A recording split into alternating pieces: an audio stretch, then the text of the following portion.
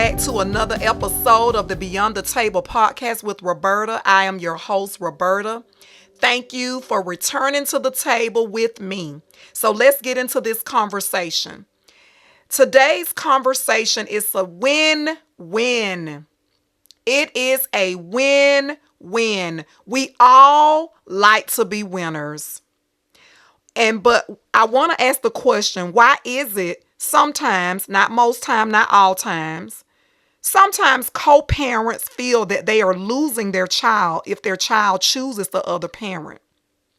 My husband and I were divorced for a few years before we actually remarried. And during that time, of course, that's another episode for another time.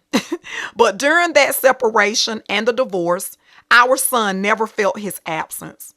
In fact, my husband was the first person to see our son take his first steps. Ask me how I felt about that.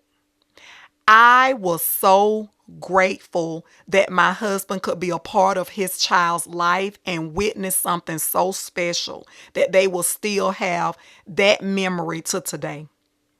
But some mothers, some fathers, they hate, they dislike, they distance themselves from the person that they've had the child with. And I just don't understand that. And then the children grow up and become distant or dislike their parent because of the custodial or non-custodial parents' conversations that are so negatively driven about that parent. I have an older child. I have an older son. I was a teen mom. And that's another episode for another time as well. I never spoke bad about my son's father. Never to him. And I mean, this is like a 30 plus year testimony of never saying anything negative or bad about his dad.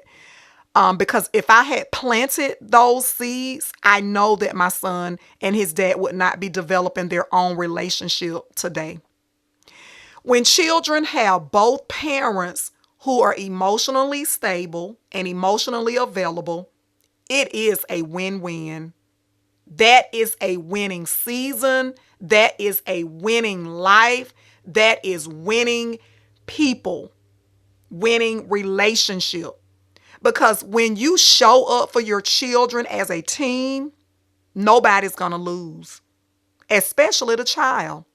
When parents, we as parents, we must remain focused. When we remain focused on the priority, that little person that will one day grow up to be an adult, we win.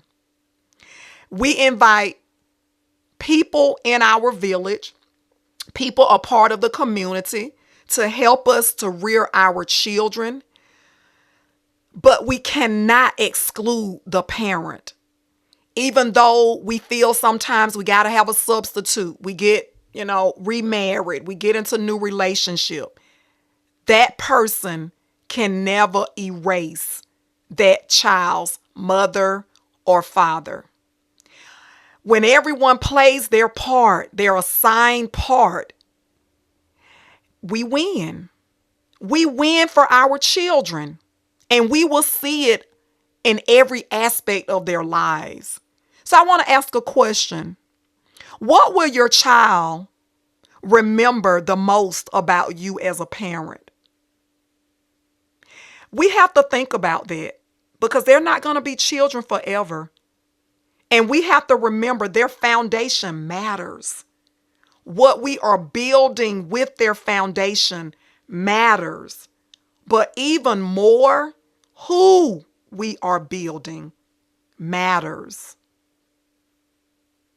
We should never allow courts to tell us when we can see our children, how we can see our children, because the courts didn't tell us to get pregnant. The courts didn't tell us to have a child. The courts didn't tell us to father a child. We should be able to do this because our children are watching who we are and how we are handling them, whether we recognize that or not. They're going to do what we do, not what we tell them to do, not what we say. They're going to do what we do. And so we have to remember that as we are stewarding these beautiful creations. And so the next episode that we will talk about will be forgiveness. Such an important piece of our win with our children. So I leave you again with this question. What will you or what would you have done differently to prepare your child for adulthood? Until next time, family, I will save your seat because this table is for you. If you were blessed by this episode, don't forget to subscribe, share, like, and comment for more.